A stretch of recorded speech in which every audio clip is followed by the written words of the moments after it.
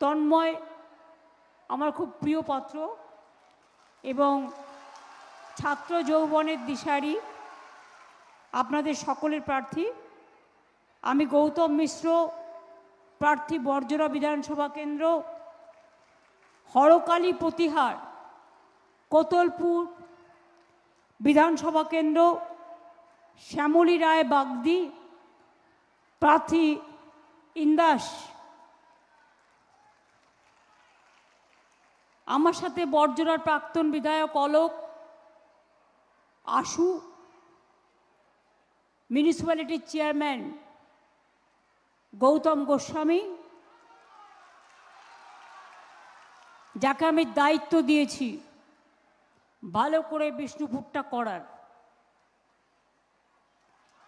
এবং আমার মা ভাই ও বোনেরা, আপনারা এখানে এসে বাংলার মাটিকে ধন্য করেছেন। বিষ্ণুপুর ঘরানার একটা নাম আছে, ইতিহাস আছে। বিষ্ণুপুর হচ্ছে মন্দিরের ঘরানা। কত মন্দির, সারা পৃথিবী থেকে কত মানুষ আসে জানেন শুধু মন্দির দেখতে। আপনাদের বালুচরী শাড়ি জিআই প্রোডাক্ট পেয়েছে আমাদের সময়ে। আগে বালুচরীটা একটু খড়খড়ে ছিল। আমি ক্ষমতায় আসার পর একদিন বললাম, আমি কিন্তু এই যে শাড়িগুলো পরি দেখেন না, আমি নিজেই ডিজাইন করি, করে তাঁতিদের দিয়ে দিই, অনেককে নানা রকম ডিজাইনও করে দিই। তো বালুচরী শাড়ির ক্ষেত্রে আমি বলেছিলাম, তোমরা এটা একটু নরম করো, অর্থাৎ যে ফাইবারটা ইউজ করো সেই ফাইবারটা যদি একটু নরম করো।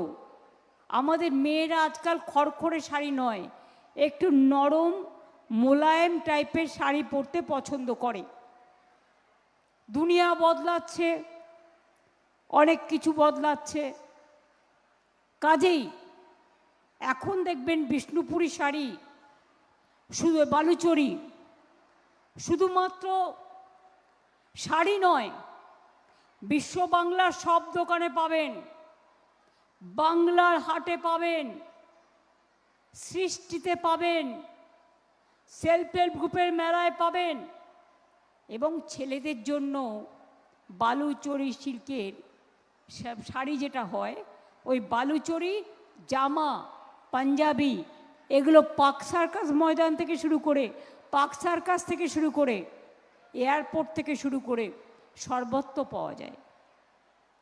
আমরা গর্ববোধ করি, আমরা যখন পৃথিবীর কোনো প্রান্তে হয়তো 2 বছর পর একবার যাই, তাদের আহ্বানে সাথে করে কি নিয়ে যাই জানেন? একটা বালুচরী শাড়ি সেখানকার প্রধানকে দেওয়ার জন্য। অথবা আপনাদের ডোকরা, সে ঘোড়া হতে পারে, সে মা দুর্গা হতে পারে, নানা রকম কাজের। আমি বিশেষ করে বাঁকুড়া বিষ্ণুপুর জেলা, আমরা সবাই জানি, বিশেষ করে বাঁকুড়ার এবং বিষ্ণুপুরের মাটি শিক্ষার মাটি, সংস্কৃতির মাটি, সঙ্গীতের ঘরানা। একদিকে মন্দিরের ঘরানা, অন্যদিকে সঙ্গীতের ঘরানা। প্রতি বছর সরকারের পক্ষ থেকে বিষ্ণুপুর মেলার মাধ্যমে অনেক সঙ্গীতের সুর সৃষ্টি, সুরের স্পন্দন সবাই শুনতে পান। আপনারা জানেন, গোটা শহর জুড়ে পর্যটন ব্যবস্থাকে উন্নত করার জন্য জল, আলো, রাস্তা সহ সব ব্যবস্থা করা হয়েছে। বিশেষ করে শ্যামরাই, জোরবাংলা, মদনমোহনের পোড়ামাটির মন্দির, ঐতিহাসিক গড় দরজা দুর্গ, রাসমঞ্চ, দলমাদল কামান, লালবাগ, এদের ভালো করে রক্ষণাবেক্ষণের জন্য 22 কোটি টাকা খরচ করা হয়েছে। লালবাগের সংস্কার সুসজ্জিত হাট, লাইট, হস্তশিল্পীদের হাট করা হয়েছে। বিষ্ণুপুরে একটি মার্কেটিং হাব করা হচ্ছে, যেখানে সেলফ হেল্প গ্রুপের মেয়েরা তাদের তৈরি জিনিস বাইরে না বিক্রি করে এখানেও করতে পারবেন। তার কারণ অনেক সময় আপনারা অনেক কিছু লোকালি তৈরি করেন,